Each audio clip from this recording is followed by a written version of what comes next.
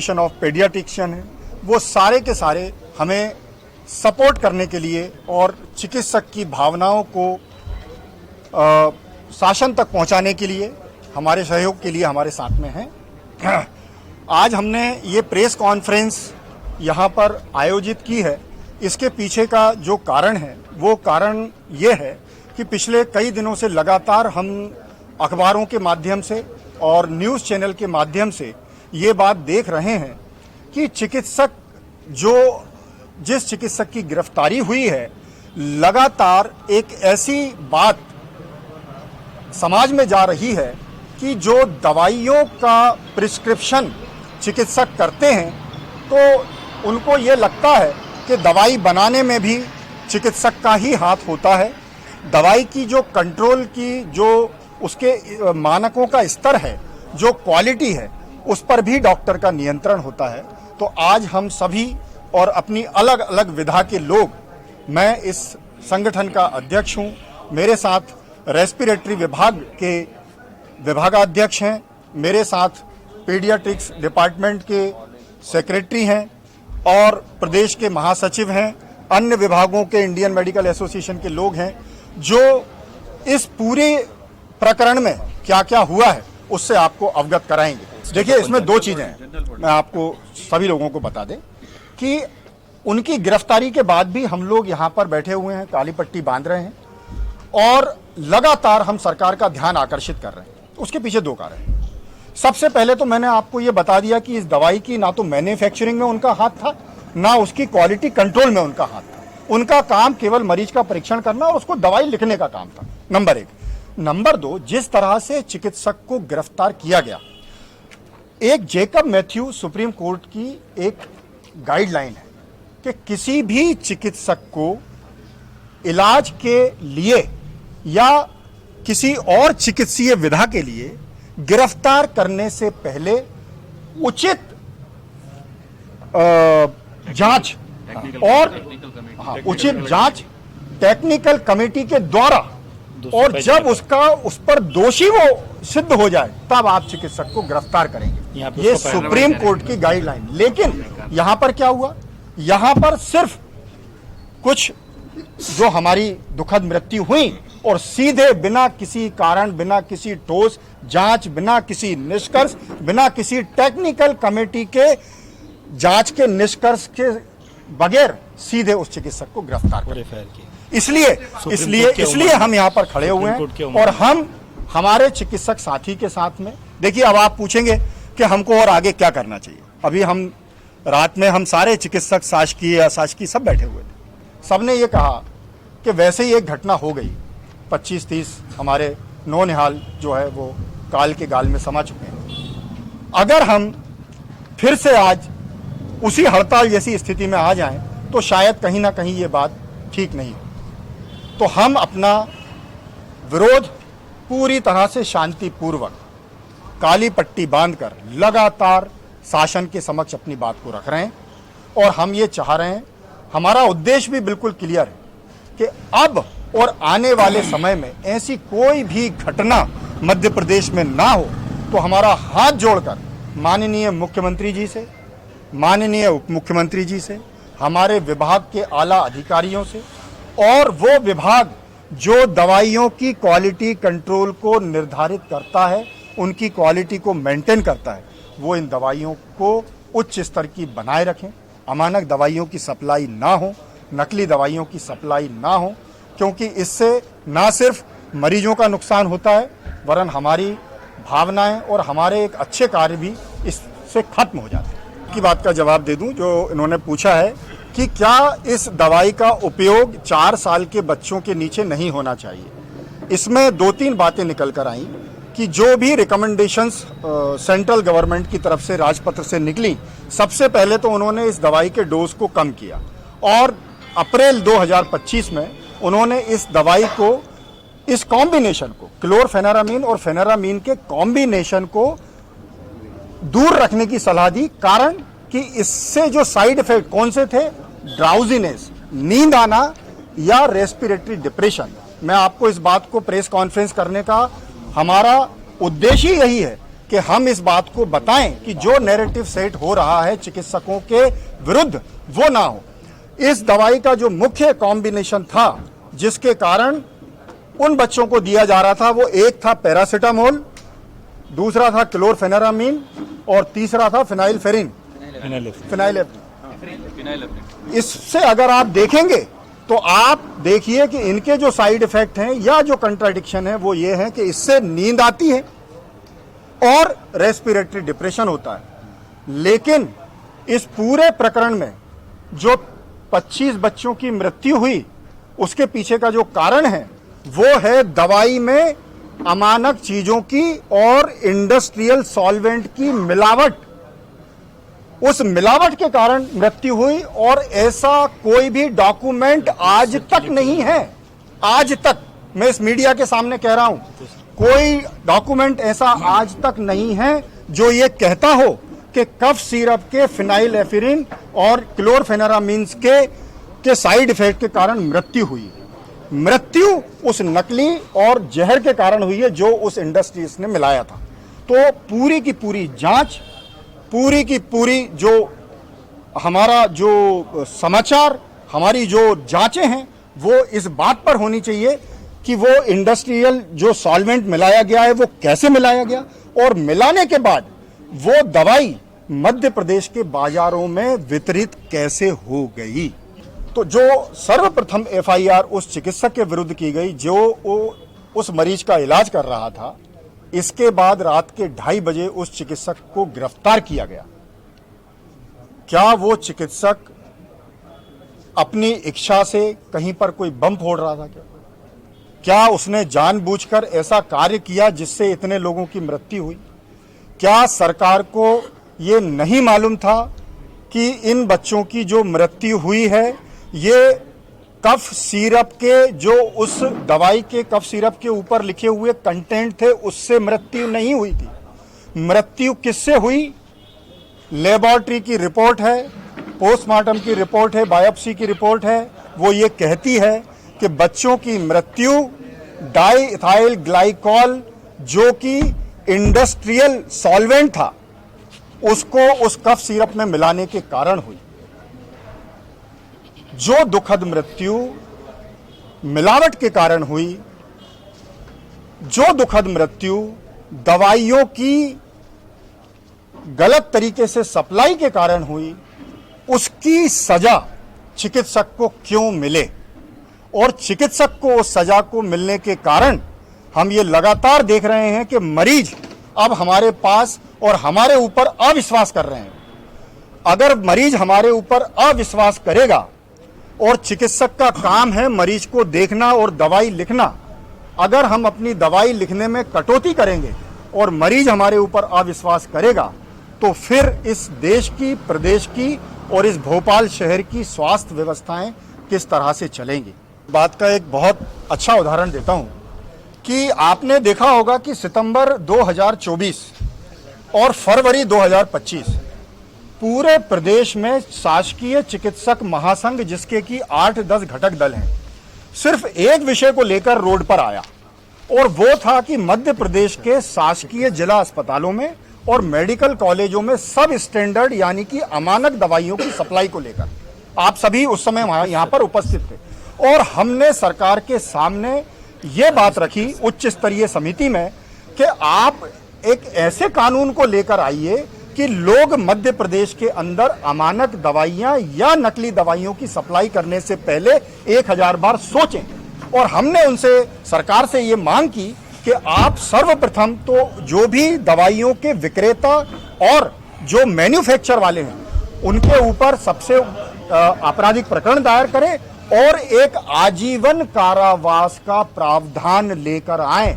और आजीवन कारावास नहीं, हम इस मंच से बोलते हैं कि उनको फांसी की सजा होनी चाहिए। नकली दवाई बनाने वालों को फांसी की सजा होनी चाहिए, क्योंकि जो छोटे छोटे बच्चे या जो मरीज हैं वो उस दवाई को दवाई के रूप में लेते हैं, उनको लगता है कि इससे हम अच्छे हो जाएंगे, स्वस्थ हो जाएंगे। उन्हें नहीं मालूम होता कि इस दवाई में कुछ पैसों को कमाने के लिए इसमें जहर जैसी चीजें मिला दी जाएंगी। तो हम जो चिकित्सक हैं वो सिर्फ अपने बिजनेस, अपने मरीजों की बात नहीं, मरीजों की जो बेसिक व्यवस्था है उसके लिए भी हम रोड पर आते हैं। और यही एक कारण रहा कि हम सब ने मिलकर पिछले 1.5-2 सालों से लगातार अमानक दवाइयों की बात की। और मैं ये भी कहता हूं कि अगर अमानक दवाइयों के या नकली दवाइयों के बारे में उस समय हमारी बात को मान लिया जाता तो शायद आज हम इन नौनिहालों को बचा सकते थे। बिल्कुल आपकी बात सही है। देखिए, जिस समय हमारे पास में सितंबर 2024 में जब सीएमएचओ और विभिन्न मेडिकल कॉलेजों के अधिष्ठाताओं और सुपरिटेंडेंट ने लिखित में अपनी ये कंप्लेन दायर की कि कुछ दवाइयां ऐसी हैं जिनके असर जो आने चाहिए वो हम नहीं मिल रहे हैं, तो चिकित्सक के तौर पर, क्योंकि हमारा काम है मरीजों को आईसीयू में देखना, ओटी में देखना, ओपीडी में देखना, अगर उनको उस दवाई का समुचित असर नहीं आ रहा है तो सरकार के सामने व्यवस्था की कमियों को उठाना संगठन का काम है। और हमने इस बात को उठाया और ये बात भी मुझे अच्छी तरह से याद है कि उस समय पर सरकार ने उस बैच नंबर की दवाइयों को ब्रेक किया और उसकी सप्लाई को रुकवा दिया। आज की तारीख में और कितनी दवाइयां उपलब्ध होंगी इसके विषय में ना तो मैं कह सकता हूं ना आप कह सकते। हो सकता है फिर इसके बाद कोई नई चीज मार्केट में आए और आप भी खड़े हों और हम भी। बिल्कुल बिल्कुल टेस्टिंग बढ़नी चाहिए, लेबोरेटरी की सुविधाएं बढ़नी चाहिए। और आज के समय पे जब इस देश की जनसंख्या हम लोग तकरीबन 150 करोड़ के आसपास हैं और आप देखते हैं कि मध्य प्रदेश के अंदर ही तकरीबन 7 से 8 लाख की ओपीडी प्रतिदिन सरकारी और प्राइवेट क्षेत्रों में मिलाकर होती है, तो जहां इतने मरीज प्रतिदिन हॉस्पिटल्स में आते हैं वहां पर दवाइयों की जो आपूर्ति है उसकी क्वालिटी को मेंटेन करना एक चुनौतीपूर्वक काम है। लेकिन इस चुनौतीपूर्वक काम को हमको करना होगा क्योंकि इसके पीछे कारण है कि लगातार 2 सालों से हम इस व्यवस्था से परेशान की कीमत को देखेंगे तो उसकी कीमत है 30 रुपए। और जहां अगर आप दूसरे ब्रांड्स के मॉलिक्यूल्स को देखेंगे तो कोई 100 रुपए, कोई 80 रुपए, कोई 150 रुपए का आता है। एक आदिवासी क्षेत्र में इतनी कम कीमत में एक मॉलिक्यूल्स को एक डॉक्टर सप्लाई कर रहा है, शायद उसकी यही मंशा है कि गरीब लोगों को कम से कम पैसों में मैं उस दवाई को सप्लाई कर सकूं। दूसरी बात, ये जो बात बार बार कही जा रही है, हम इसी विचारधारा के विरुद्ध खड़े हुए हैं कि एक ही जगह पर ये दवाई सप्लाई हो रही है, एक ही डॉक्टर लेकर आ रहा है, ऐसा नहीं है। अगर आप इस दवाई के रिकॉर्ड को देखेंगे तो पिछले 30-40 सालों से ये दवाई मार्केट में जा रही है, ना सिर्फ छिंदवाड़ा के उस एरिया में, वरन कई चिकित्सक, इवन कई हमारे चिकित्सक भोपाल में भी हमारी बात हुई जिन्होंने पूर्व में इस सिरप को लिखा हुआ है। लेकिन अगर एक पर्टिकुलर बैच की दवाई को मिलावट के रूप में उसमें एक तरह से इंडस्ट्रियल सॉल्वेंट डाल दिया जाए जो कि पेंट में, स्टेन में और कार के ब्रेक फ्लूइड में डाल दिया जाता है, तो उसकी जिम्मेदारी हम पर क्यों थोपी जाए। यही हमारी जो व्यवस्था है, जैसे मान लीजिए कि 1 लाख दवाई आई तो 1 लाख दवाइयों की तो चेकिंग कोई नहीं कर सकता। रैंडम सैंपलिंग होती है हर बैच की। एक बैच निकला और यही उसका नियम है कि रैंडमली दवाई को लिया और उसकी उन्होंने चेकिंग की और चेक करने के बाद उसको आगे बढ़ा दिया, ये इसका नियम है। लेकिन अब इस बैच की चेकिंग हुई या नहीं हुई, क्यों नहीं हुई, कैसे मार्केट में आ गई, हम यही सरकार से सवाल कर रहे हैं कि जहां आपको कानून के हाथ बढ़ाने हैं वहां आप बढ़ाइए। लेकिन जिस चिकित्सक ने दवाई लिखी उसके ऊपर सर्वप्रथम गिरफ्तार करके आपने उसको सबसे पहले जेल भेजा। अब अगर संयोगवश उसकी चेकिंग नहीं हो पाई तो आपने फिर जानबूझ के उस चिकित्सक को जेल क्यों भेज दी? क्या उस चिकित्सक की गलती थी क्या? बिल्कुल, आप अपनी गलती छिपा रहे जी। पर बहुत स्पष्टता से आपके सामने एक बात को यहाँ कह देना चाहता हूँ कि कई हमारे जो चिकित्सक साथी हैं या उनके जो ये कहिए कि कुछ परिजन हैं, ये लगातार मेरे सामने सवाल आ रहा है कि उनकी वाइफ के नाम पे वो मेडिकल स्टोर चलाते थे। मैं आपसे एक ही बात पूछना चाहता हूँ कि इस प्रदेश के और इस देश के सारे अधिकारियों की पत्नियां क्या बिजनेस नहीं करती, क्या काम नहीं करती, क्या किसी आदमी को अपनी आजीविका चलाने का अधिकार नहीं है? अगर वो कोई चिकित्सक है तो उसके चाचा, काका, बाबा, भतीजा हो सकता है कि वो मेडिकल स्टोर पे काम करता हो या वो फार्मासिस्ट हो तो मेडिकल स्टोर चलाता हो। ये बात कुछ परसेंटेज में हो सकती है, लेकिन हम इस बात को फिर आपके माध्यम से कहना चाहते हैं कि ये कोई उसने गैर संवैधानिक कार्य किया कि मेडिकल स्टोर खोल लिया? नहीं किया। कहीं किसी कानून में जी सर देखिए सर, अगर फिर बिल्कुल सही बोला इन्होंने, नहीं बिल्कुल सही, अगर ये जेनरिक उन्होंने नहीं लिखा तो ये मेडिकल नेग्लिजेंसी होती तो इसके लिए क्या गिरफ्तार करके जेल भेजना चाहिए था? मैं फिर आप लोगों से वही बात कर रहा हूं कि बात जिस मृत्यु के कारण उसको डॉक्टर को जेल भेजा वो पूरी तरह से गलत है। अगर मैं दवाई का नाम परिवर्तित कर रहा हूं तो ये मेडिकल नेग्लिजेंसी में अगर आता है तो आप जांच करिए ना, मेडिकल काउंसिल में जाइए, मेरा रजिस्ट्रेशन निरस्त कर दीजिए। अगर मैं सरकारी नौकरी में हूं तो मेरे खिलाफ डिपार्टमेंटल इंक्वायरी करिए। आप एक बात समझिए, अगर आप किसी किराने की दुकान पे जाते हैं और वहां से आटा खरीदते हैं, वो FSSAI से सर्टिफाइड है, और अगर वो आटा जहरीला मिलता है तो उस किराने की दुकान वाले को तो आप गिरफ्तार नहीं कर सकते ना, क्योंकि वो तो FSSAI से सर्टिफाइड है। तो किसकी जिम्मेदारी है? Drug controller, food and drug department की जिम्मेदारी कि उस दवाई को जब वो हमारे यहाँ प्रदेश में बिकने आ रही है तो उसको जिम्मेदार ठहराया जाए, ना कि उस किराने की दुकान वालों को जिम्मेदार ठहराया जाए। तो ये बात बहुत स्पष्ट है कि जिस डॉक्टर ने दवाई लिखी उसका उद्देश्य बच्चों को ट्रीट करना था, ना कि बच्चों की जान लेना था। उसमें मिलावट हुई, उसकी वजह से डेथ हुई, तो जो जिम्मेदार है असली उनको हमने छोड़ दिया है।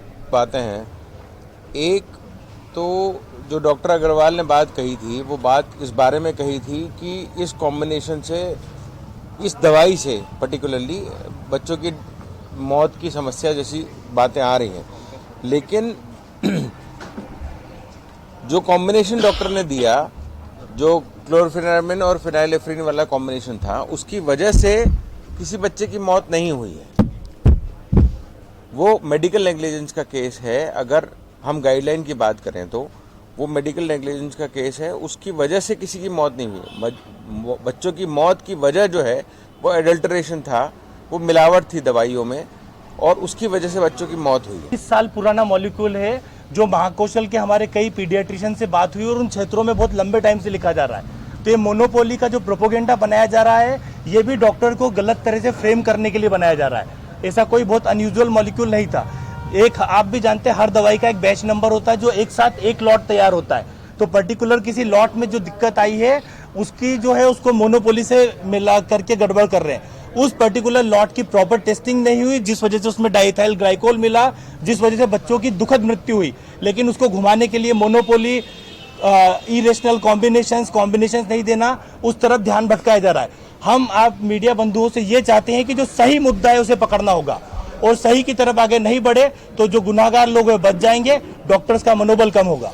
और इसमें एक इसी आपके इसमें 2023 को एक गाइडलाइन आई थी जिसमें कि उन्होंने कहा कि 18 साल से नीचे के जो बच्चे हैं उनको नहीं देना है, ठीक है, 4 साल से नीचे के बच्चों को नहीं देना है।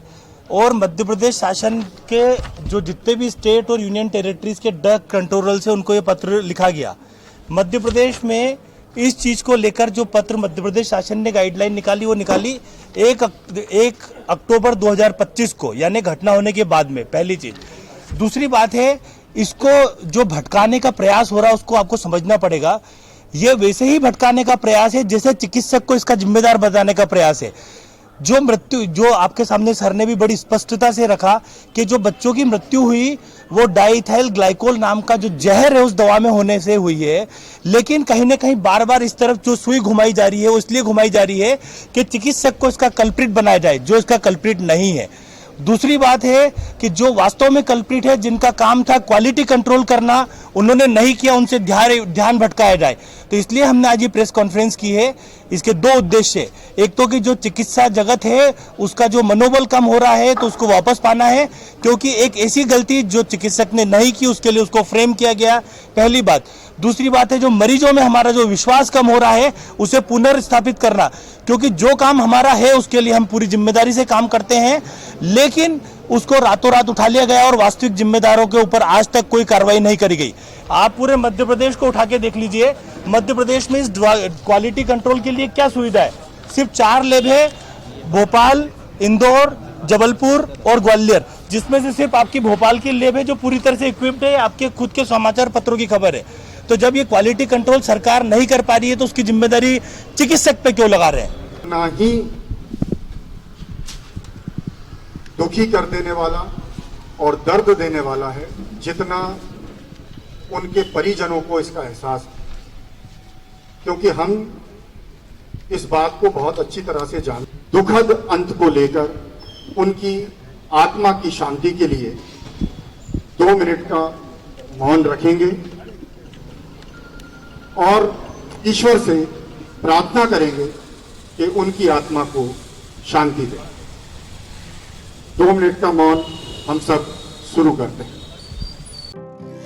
नर्मदा केयर अस्पताल छतरपुर का एकमात्र सर्व सुविधा युक्त अस्पताल, जहां 24 घंटे मिलती है आपातकालीन और नियमित चिकित्सा सेवाएं।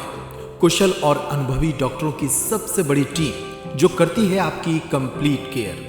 क्रिटिकल केयर के लिए सबसे आधुनिक आईसीयू वार्ड, जिसमें उपलब्ध है ventilator, ECG, TMT, echo, ultrasonography, CT scan, x ray, phototherapy, dialysis और पैथोलॉजी की संपूर्ण सुविधा। मानवीय चिकित्सा मूल्यों पर आधारित सभी प्रकार के ऑपरेशन का लाभ पाएं। हृदय रोग, ब्रेन स्ट्रोक, पीलिया, मधुमेह, किडनी रोग, अस्थमा, डेंगू, मलेरिया के प्रभावी इलाज की सुविधा, पित्त की थैली यानी गाल ब्लैडर का ऑपरेशन, साथ ही endocrine surgery, gastro intestinal surgery सहित पेट और हड्डी से संबंधित सभी ऑपरेशन के लिए सबसे आधुनिक ओटी की सुविधा। हमारी महिला और प्रसूति विभाग में रखा जाता है जच्चा बच्चा का पूरा ध्यान। नर्मदा केयर अस्पताल में अब पाइए radiology, cosmetology, child care, dental care और मेडिसिन विभाग की आधुनिक इलाज सुविधाएं, हेल्थ इंश्योरेंस यानी कैशलेस इलाज की सुविधा। तो अपने मरीज की कंप्लीट केयर के लिए अब झांसी ग्वालियर क्यों भागना, जब सीमित शुल्क में नर्मदा केयर अस्पताल दे रहा है यह मौका आपके अपने छतरपुर में। हमारा पता है नर्मदा केयर अस्पताल LIC के सामने, जवाहर रोड, छतरपुर। हमें फोन करें 9039025934।